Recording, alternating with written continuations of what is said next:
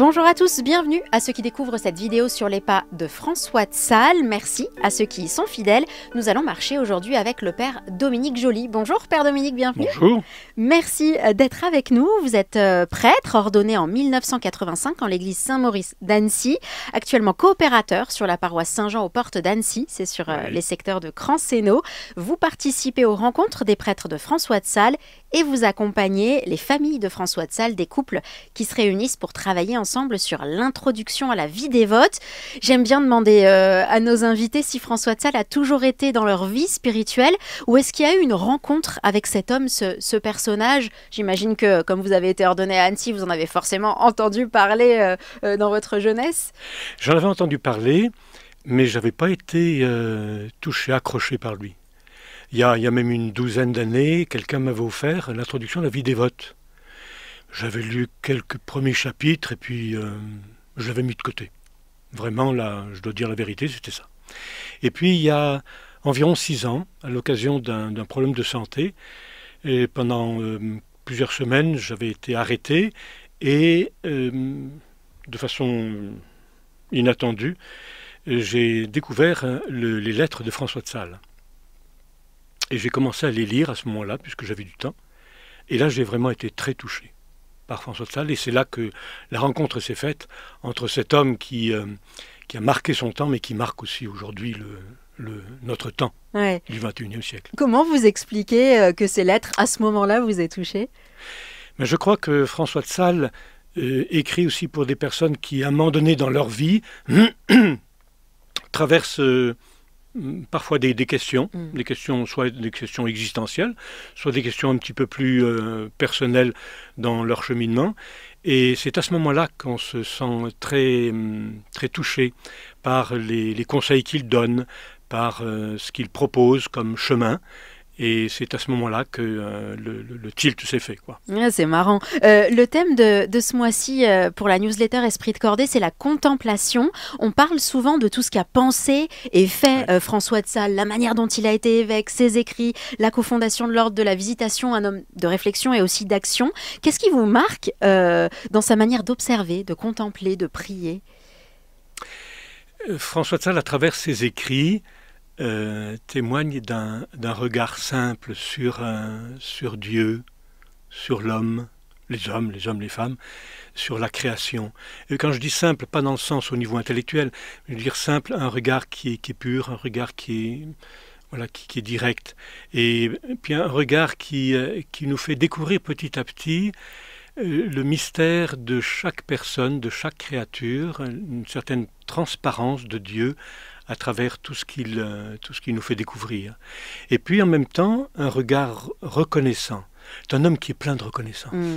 Il est tellement heureux d'être aimé par Dieu qu'il va faire partager aux autres cet amour qu'il reçoit de Dieu, et puis il fait partager cette reconnaissance qui l'habite complètement. Peut-être d'autant plus que lui-même a connu des crises existentielles dans sa jeunesse. Et lui, dans sa jeunesse, justement à 20 ans, et un petit peu plus tard encore aussi à Padoue, a vécu une grande crise existentielle, et il en est sorti à travers un acte d'abandon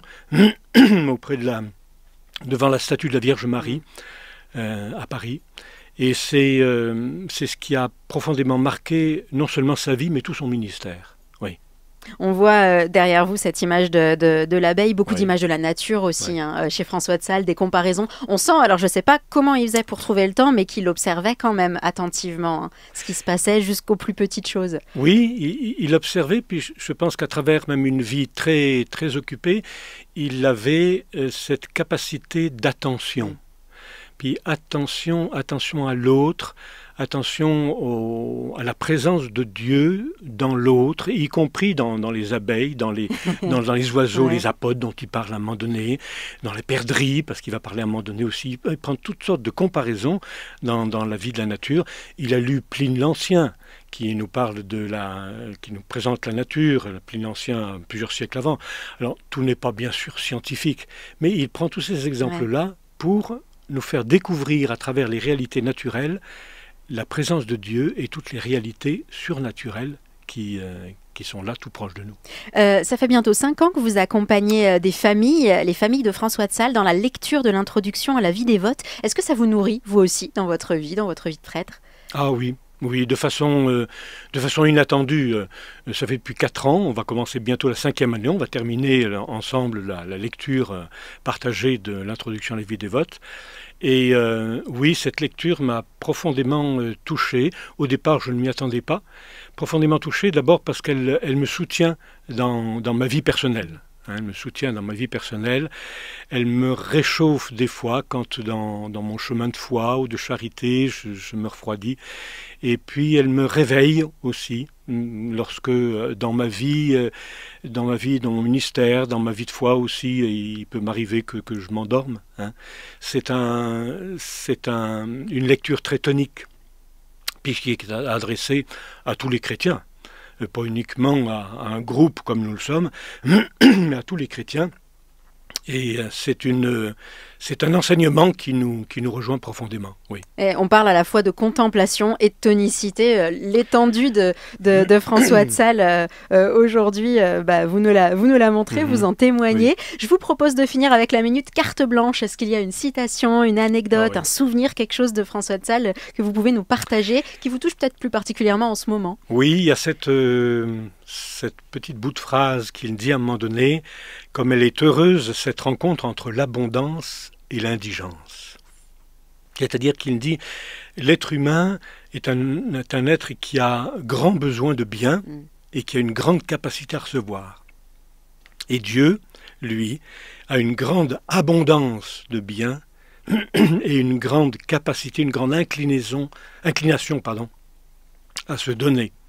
Et il dit, comme elle est heureuse, cette rencontre entre l'abondance et l'indigence.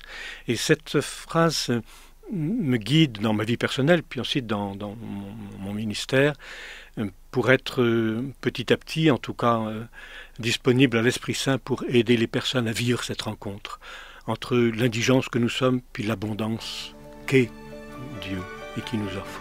Je vous remercie beaucoup de nous avoir partagé votre chemin sur les pas de François de Sales et avec François de Sales. Merci beaucoup, Père Dominique Joly. Merci à vous.